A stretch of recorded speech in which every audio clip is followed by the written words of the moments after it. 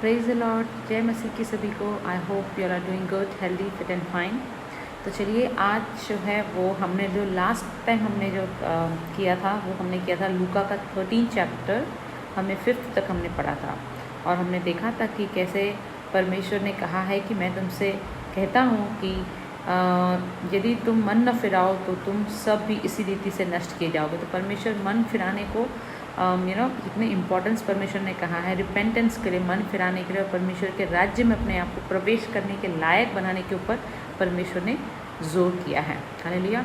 आज हम लूका का 13 चैप्टर कंटिन्यू करेंगे और 6th से हम पढ़ेंगे और देखते हैं हम कितना इसको कर सकते हैं। तो फल रहित अंजीर के पेड़ का दृष्टांत। तो ये न्यू टेस्टमेंट में जो मैथ्यू है, जो मत्ती है, जो मरकुस है, जो लूका है, इन सब चैप्टर्स की ये बहुत एक ब्यूटी है कि इन सभी बुक्स में, इन सभी जो बाइबल की जो बुक्स हैं, इन सभी में एग्जाम्पल्स के द्वारा हमें बहुत सारी चीज़ें समझाई है हमारे यीशु मसीह ने। और न्यू टेस्टमेंट नहीं, ओल्ड टेस्टमेंट में भी ऐसी कई सारी कहानियाँ हैं जिनके द्वारा हम अपनी लाइफ में उन चीज़ों को सीख सकते हैं, लेसन्स को हम सीख सकते हैं, वो रूटीन्स को हम जान सकते हैं, वो ग्रेस लेने के तरीके को हम समझ सकते हैं। हालेलुया। तो देखिए, एक एग्जाम्पल है यहाँ पर, एक स्टोरी है कि फल रहित अंजीर के पेड़ का दृष्टांत। फिर उसने यह दृष्टांत भी कहा, किसने? परमेश्वर यीशु मसीह ने यह दृष्टांत भी कहा। किसी की अंगूर की बारी में एक अंजीर का पेड़ लगा हुआ था। वह उसमें फल ढूंढने आया परंतु न पाया। तब उसने बारी के रखवाले से कहा, देख, 3 वर्ष से मैं इस अंजीर के पेड़ में फल ढूंढने आता हूँ परंतु नहीं पाता। तो कहता है कि मैं फल ढूंढने आता हूँ। जब परमेश्वर हमारी लाइफ में हमें वो ब्लेसिंग देता है, वो अंजीर का पेड़ वो क्या है? वो एक ब्लेसिंग है कि आपको दी है, एक ब्लेसिंग दी है। और जब उस ब्लेसिंग्स का हमने क्या किया, क्या हमने उन फलों को लाया? परमेश्वर ने हमें ब्लेसिंग दी, क्या हमने परमेश्वर के फलों को अपने जीवन में हमने पाया, उन्हें ग्रो किया, उन्हें रिसीव किया, उन्हें ग्रो किया कि नहीं किया? वो चेक करने के लिए परमेश्वर कहता है, मैं एवरी ईयर आता हूँ और चेक करता हूँ। और पिछले 3 साल से मैं देख रहा हूँ कि इस पेड़ पर कोई फल नहीं है। मैंने जो आशीष दी थी, मैंने जो ग्रेस दी थी, मैंने जो फेवर दिया था, उस पर कोई भी डेवलपमेंट नहीं है, कोई ग्रोथ नहीं है, कोई आत्माएं नहीं बचाई, कोई सेवा नहीं की, है ना, प्रेम भाव नहीं दिखाया। जो मेरे फल हैं, जो मेरे आत्मिक वरदान हैं, जो मेरे फल हैं, उनको तुमने रिसीव नहीं किया, उनको तुमने कैरी नहीं किया, उनको तुमने मेंटेन नहीं किया, उनको तुमने और बढ़ाया नहीं। तो परमेश्वर इस दृष्टांत के द्वारा इस चीज़ों को बता रहा है। यहाँ पे पेड़ को उन्होंने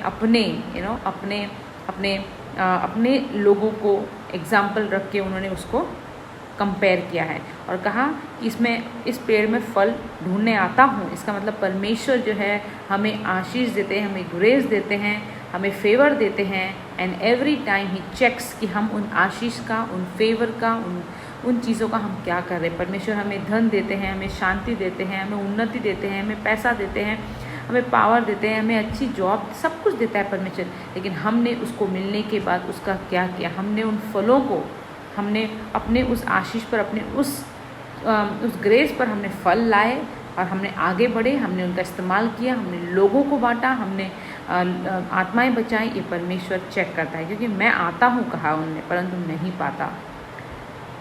इसे काट डाल कि यह भूमि को भी क्यों रोके रहे। तो यीशु मसीह क्या कहता है कि इसे काट डाल, क्योंकि ये तो नहीं बढ़ रहा। इसकी वजह से इसने जो भूमि है उसको भी एंगेज करके रहा है। ये तो नहीं बढ़ रहा, इसकी वजह से इसके आसपास के लोग, जिस एरिया में ये रहता है, वहाँ के लोग भी नहीं बढ़ पा रहे, because he is setting N wrong example. Okay, तो यीशु क्या चाहता है कि उसके बच्चे, हम सभी, आप और मैं, हम सभी उसके बच्चे हैं। हम याजकों का समाज है। यीशु चाहता है कि हम जहाँ पर हैं वहाँ की भूमि को हम वेस्ट न करें, वहाँ के वातावरण को हम वेस्ट न करें, वहाँ के आस पड़ोस को हम वेस्ट न करें, अपने परिवार को हम इस्तेमाल न कर सकें। लेकिन प्रभु ये चाहता है कि हम भरपूरी से उसका इस्तेमाल करें। तो परमेश्वर कहता है अपनी भूमि को भी रोके रहे हैं।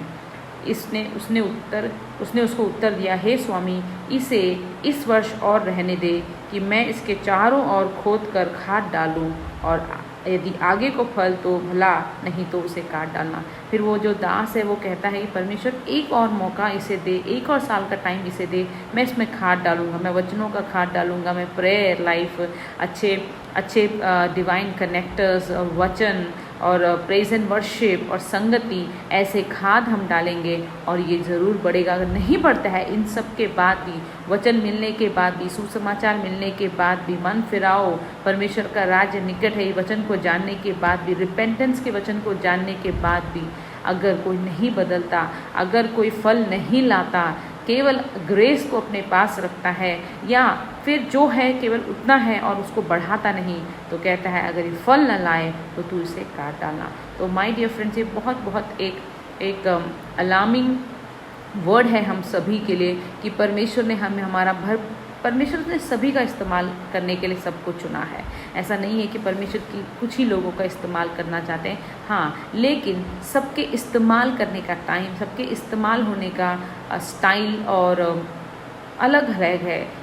परमेश्वर किसी को किसी रूट से इस्तेमाल करना चाहता है, कहीं परमेश्वर सेवा के द्वारा इस्तेमाल, कहीं उनकी संपत्ति के द्वारा, कहीं उनके शारीरिक सेवा के द्वारा, कहीं अलग अलग तरीके से प्रभु सबको सेवा में लेना चाहता है। तो it is very very important for each one of us कि हम फल लाएं, क्योंकि अगर हम बिना फल के पेड़ बनेंगे तो यीशु मसीह एवरी टाइम चेक करने के लिए आता है, और अगर वो हमें फल के साथ न पाए तो उनका आदेश है कि इसे काट डाला जाए। क्यों? क्योंकि यीशु मसीह कहते हैं वह अपनी भूमि को भी रोके हुए है, वो अपने आसपास के लोगों को भी रोके हुए है, अपने परिवार वालों को भी रोके हुए, क्योंकि वो एक रॉन्ग एग्जाम्पल सेट है। वो खुद नहीं पढ़ रहे और उनकी वजह से जो उनकी भूमि है, जिसमें वो हैं, जिनके साथ वो रहते हैं, जिनका उठना बैठना है, वो भी ग्रो नहीं कर पाएंगे। तो हमें कभी भी वैसा फल रहित अंजीर का पेड़ नहीं बनना है, ऐसे लोग हमें नहीं बनना है, ऐसे दास दासी, ऐसे सेवक हमें नहीं बनने हैं जो फल न लाएं, क्योंकि जो परमेश्वर हमें देता है, हमें जो भी बीज हमें देता है, हमें उसे बढ़ाना है। Hallelujah, praise the Lord. इसी के साथ आज हमने लूका का 13 चैप्टर 6 से लेके 9 तक किया, और कंटिन्यू हम कल करेंगे। Hallelujah, praise the lord. आशा करती हूँ कि आप सभी जो हैं वो बाइबल से जुड़े हैं।